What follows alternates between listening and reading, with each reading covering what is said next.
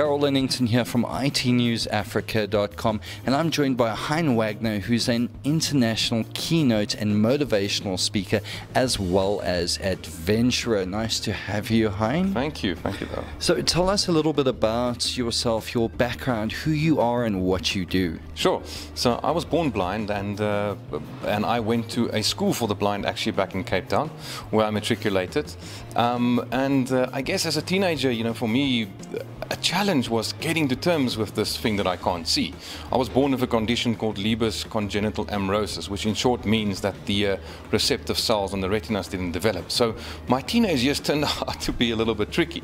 I ended up climbing Table Mountain about 6 times before the age of 16. Wow. Only because I wanted to get I wasn't this adventurer, I wanted to get an idea of what this picture-perfect postcard view that every sighted person talks about when they see it. I wanted to know what it looks like.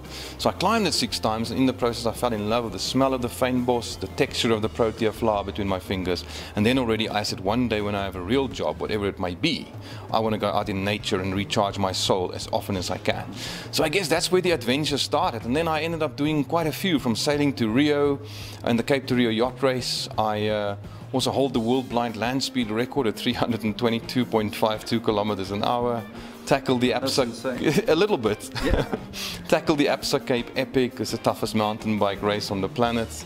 Done a full Ironman, the Antarctica Marathon, and all of these I do to promote, number one, the abilities of the blind and raise the profile of individuals living with blindness. Right. So tell us what inspired you. So I know you have a very big background in the tech industry. What inspired you to get into that industry? You know, back at school, when I was introduced to computers the first time, it was the old Commodore 64, so I'm giving away my age here, but it was in 1984 something, and it was not accessible at all.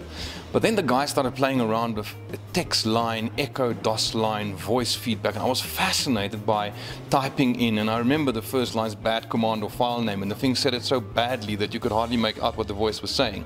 Now that's come a long way, and that, you know, the access to computers back in the 80s inspired me to go do a few computer training courses. In fact, I ran my own business selling computers to the sighted, believe it or not, for a few years.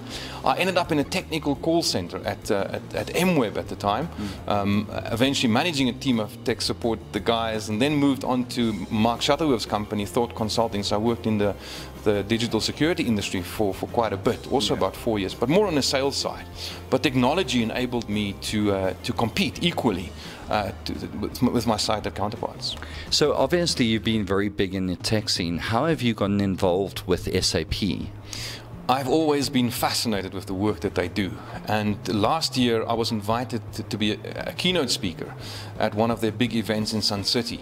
And earlier this year, in fact, they liked what I did, and they invited me to Barcelona to a far bigger group, about 1,500 SAP employees from all over EMEA.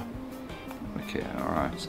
So we know that you're an adventurer. What sort of technology do you use on these adventures? It is amazing how things developed over the last year, you know, a few years. In fact, if I'm on a treadmill, I can use an app, for example, on my phone to tell me to give me feedback on my heart rate, something you would normally just be able to read on the screen. So whether it's when I'm on the back of the tandem, putting on Strava, one of the apps to follow and track what we're doing, besides getting my heart rate, I can also get feedback on exactly where we are.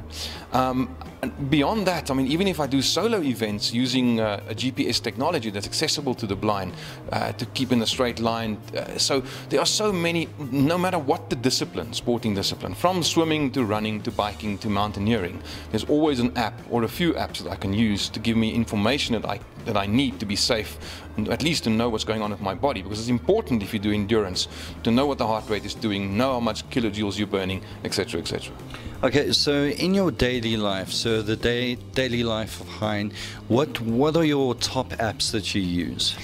Yeah, I'm on the iOS platform, so I use an iPhone, I use a Mac, because I find them to be incredibly accessible. The accessibility is in their DNA, probably the most fascinating one, there's so many apps developed for the blind, but from reading audible books to checking the weather, to using Twitter, Facebook, the normal social media stuff. One that really fascinates me is, there's a few, but one is called Be My Eyes. So how this works is there's about 150 sighted volunteers who signed up to the program.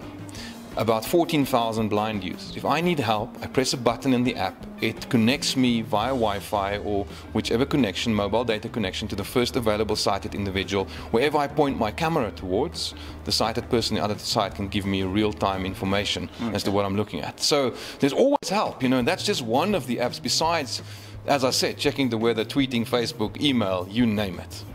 Okay, so what advice could you give to those who are blind to aspire to greater heights?